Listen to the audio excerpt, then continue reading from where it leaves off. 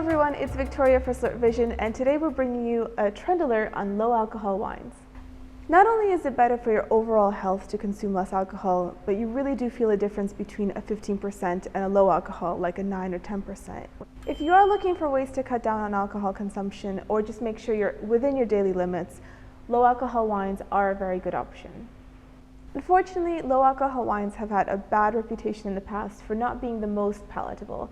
But wine producers are responding to the need for lighter wines, and they're actually coming up with some very, very nice options.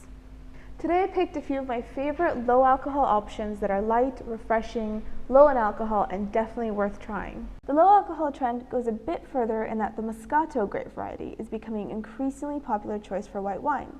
It's a very versatile, fresh, floral grape variety that's often recognized for its distinctly grape aromas. It grows all over the world and lends itself very well to low alcohol production. My first choice is the Deakin Estate Moscato from Victoria, Australia. It's only 4.5% alcohol and it has a commended award from the International Wine Competition in 2011. This is a great New World option, perfect for picnics, garden parties, and very pleasant wine to have just by the glass. On the appearance, you can see it has a lovely kind of spritzy look to it, light little bubbles, but this is not a sparkling wine. It's just a kind of a semi-sparkling, semi-spritzy wine. The nose is apples, floral. It does have that trademark sort of grape aroma to it, which is famous for Moscato. The palate is very lively, fresh. It has a nice touch of sweetness to it, and the flavor is of a green, crisp apple. It also has a little bit of that spritziness as well, and very delicious. The Pronotto Moscato d'Asti is one of my favorite old world options of Moscato. It's coming from Piemonte, Italy. It's 5.5% alcohol, so it's very light and refreshing, and it's also on a beautiful label. On the appearance, you can see it's much more spritzy, it has a little bit more bubbles here, very lively. It's almost the crossover between a still and a sparkling wine. It has a lovely sort of mousse already forming on the edges. On the palate, it has a typical kind of Moscato grapey flavors and aromas. Very, very nicely done. It's elegant, it's restrained. This is much more of a serious, low alcohol style of wine. Beautiful for an aperitif and just sitting in the sun. It's wonderful.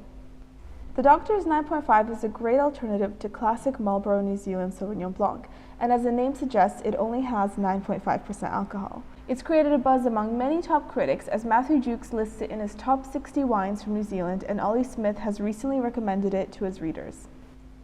The aromas are very, very intense here, very classic style New Zealand Sauvignon Blanc, punchy blackcurrant, gooseberry, fresh cut grass, lots and lots of citrus. It definitely has lots of character on the nose already.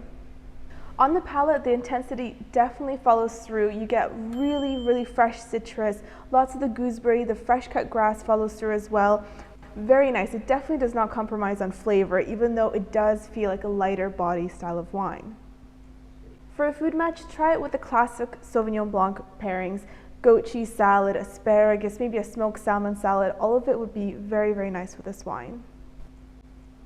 The Brown Brothers Sienna from Victoria, Australia is a slightly more unusual but very interesting sparkling red wine.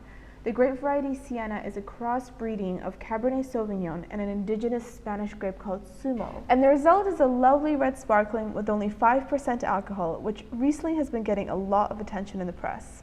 On the appearance, you can see it's a lovely kind of really dark, rich, garnet red. It looks like it's going to be a very heavy body style of wine, but it also does have a nice spritziness to it. Actually, you should be serving this chilled. And you can see a little bit of a mousse forming on the edges. The nose here is very expressive. You get raspberries, black cherries, blackberries, lots and lots going on here, and it's very inviting. On the palate, it's a light body style with lots of intense flavors. The raspberries, black cherries, and blackberries all follow through from the aromas, and it's just a very fresh, juicy style, and the spritziness keeps it very lively as well.